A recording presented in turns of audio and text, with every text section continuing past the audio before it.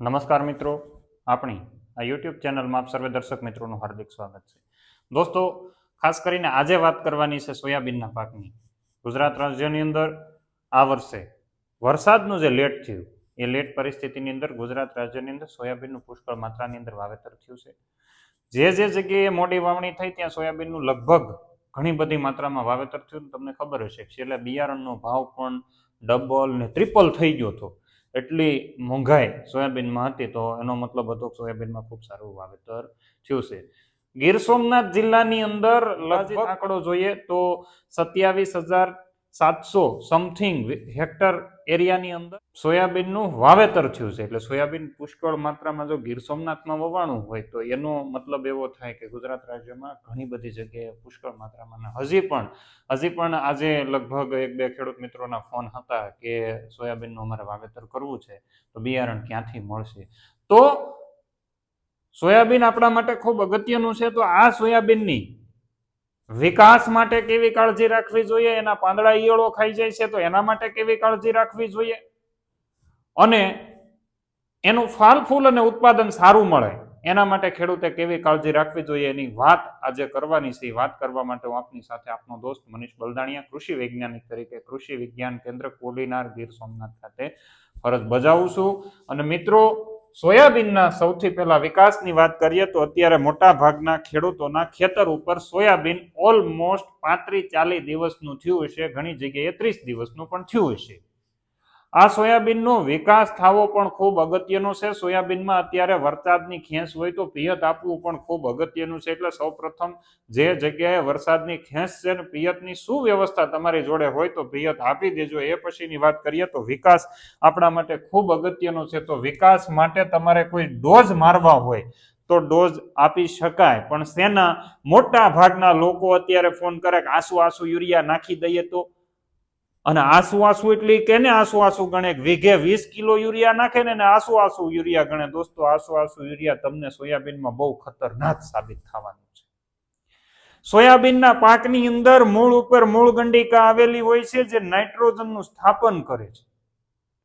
એટલે એને નાઇટ્રોજનની જરૂરિયાત નથી, એના પૂરતો નાઇટ્રોજન ઉભો કરી લે છે. તો એને આશા કે ઘાટા એકે યુરિયાની જરૂરિયાત નથી.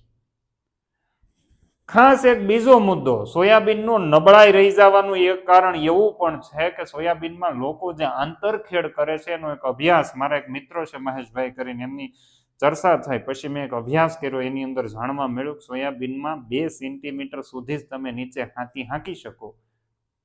એનાથી નીચે વધારે ઊંડી આંતરખેડ કરવાથી સોયાબીન સેલો રૂટેડ પાક હોવાના કારણે, એના મૂળ ઉપર હોવાના કારણે મૂળ તૂટી જાય છે, જેથી કરીને સોયાબીનનું જે પોષણ લેવાની શક્તિ હતી, સોયાબીનને જે પોષણ ખેંચવું જોઈએ એની જે શક્તિ હતી એ ઘટી જાય અને ઉત્પાદન ઓછું મળે. એટલે હાથી ઉપર સલું હાંકવું, બહુ ઊંડું હાંકવું નહીં. આંતરખેડ કરવાની એવી ખાસ ભલામણ સોયાબીનમાં આમ નથી, કારણ કે તેના મૂળ તૂટી જાય તો આપણને ઉત્પાદન ન મળે. તો હવે વિકાસ માટે શું કરવું જોઈએ?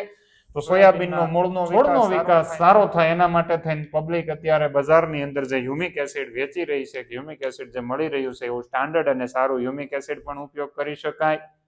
બજારની અંદર લિક્વિડ ખાતરનો ગ્રેડ આવે છે સારામાં સારો, એની વિશેષ માહિતી અહીંયા આપેલા નંબર ઉપરથી તમને મળશે, એનો પણ ઉપયોગ કરી શકાય.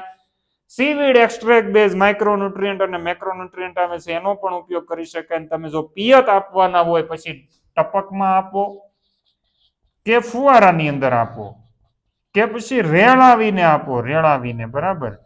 પણ એની અંદર તમને નેચરલ લિક્વિડ વીઘે 1/2 લીટર 500 ml, જેમાં સીવીડ, ગ્લિરીચિડિયા, એલોવેરા આ બધાનો એક્સ્ટ્રેક્ટ આવે છે, ખૂબ સ્ટાન્ડર્ડ અને સારું આવે છે. આ સીવીડનો ઉપયોગ કરજો. સ્પેશિયલ સ્પીસીસ જે આવે છે એની વિશેષ માહિતી અહીંયા આપેલા નંબર ઉપરથી તમને અવશ્ય મળશે. અમે દરેક અખતરાની અંદર આનો ઉપયોગ કરીએ છીએ, કૃષિ વિજ્ઞાન કેન્દ્ર વતી જે આપ્યા હોય એની અંદર. તો એમાં ખાસ કરીને સીવીડ એક્સ્ટ્રેક્ટનો ઉપયોગ કરજો. વીઘે 1/2 લીટર પાણી સાથે આપશો, ખૂબ સારા પરિણામ મળશે. અને પાણી સાથે ન આપવું હોય તો પંપમાં 100 ml નાખીને છંટકાવ કરી શકાય. અને એ સિવાય માઇક્રોન્યુટ્રિયન્ટ અને મેક્રોન્યુટ્રિયન્ટના જે ગ્રેડ આવે છે બજારની અંદર 19-19-19-20-20-20 એચડી ફોર્મની અંદર, એચડી ફોર્મમાં કે પછી લોકલ જે બજારની અંદર સારા આવે છે એનો ઉપયોગ કરવો જોઈએ. એના કરતાં જો લિક્વિડની માહિતી તમને આગળ આપેલા નંબર ઉપરથી મળી રહેશે. પણ આનો ખાસ ઉપયોગ કરજો, તમને ખૂબ સારા પરિણામ મળશે. નેચરલ લિક્વિડ માટે અહીંયા નંબર આપી દીધો છે, એની ઉપર તમે એનો કોન્ટેક્ટ કરી શકો છો. કોઈ પણ દવાનો છંટકાવ કરીએ તો ત્યારે ભેજની આવશ્યકતા ખૂબ જરૂરી છે અને ભેજ હોય એ પ્રમાણે જ આપણે દવાના છંટકાવ કરવાના છે. ભેજ ન હોય ને વિકાસ ઓછો હોય તો પેલા પાણીની વ્યવસ્થા કરવાની છે. પાણી ન હોય તો વરસાદની રાહ જોઈ લેવાની છે. ખોટા ડોઝ મારવાના નથી, એ ખાસ મુદ્દો ધ્યાને રાખજો. હવે જેના સોયાબીન 35 થી લઈ અને 45 દિવસ સુધીના સમયગાળે, જેને ઘણા ઓરબીન વાવેતર કર્યું હતું, બરાબર, આ સમયગાળે જેના સોયાબીન પહોંચી ગયા છે એ ખેડૂત મિત્રોએ અત્યારે એને ફૂલ અવસ્થા શરૂ થવાની હોય ત્યારે એ મુદ્દો ખાસ ધ્યાને રાખવાનો છે કે બજારમાં મળતું 05234, બરાબર, કે જે સારામાં સારું અને સ્ટાન્ડર્ડ કંપનીનું ખરીદજો. 05234 100 ગ્રામ, એની સાથે બોરોન 20 ગ્રામ, આ બે દવા નાખવાની છે. બે ખાતરો નાખવાના છે. એના પરિણામ તમને ખૂબ સારા મળે છે. અને આની સાથે બજારમાં એક મળતું રેપિડો, બરાબર, સીવીડ એક્સ્ટ્રેક્ટ બેઝ માઇક્રોન્યુટ્રિયન્ટ આવે, આ 3 05234 100 ગ્રામ, બોરોન 20 ગ્રામ ને રેપિડો 40 ml. દોસ્તો, આના જેવું એકેય તાકાત વાળું રિઝલ્ટ ન આપે એની હું તમને ખાતરી આપું છું. સાથે સાથે આ ડોઝ લાગતો હોય ત્યારે એ વસ્તુ જોઈ લેવાની છે કે ફૂલ અવસ્થા છે કે કેમ. ફૂલ અવસ્થા શરૂઆત હોય તો તમારે ઈયળોનો પણ અત્યારે ઉપદ્રવ વધારે છે, ત્યારે ઈયળોના નિયંત્રણ માટે બજારની અંદર ઇમામેક્ટિન બેન્ઝોએટ કરીને જે આવે છે, 1.9% આવે છે અને 5% આવે છે, એનો પણ તમે ઉપયોગ કરી શકો. એ તમારે નથી વાપરવું તો ક્લોરોન્ટ્રીના પ્રોલ કરીને આવે છે, એનો પણ ઉપયોગ કરી શકો.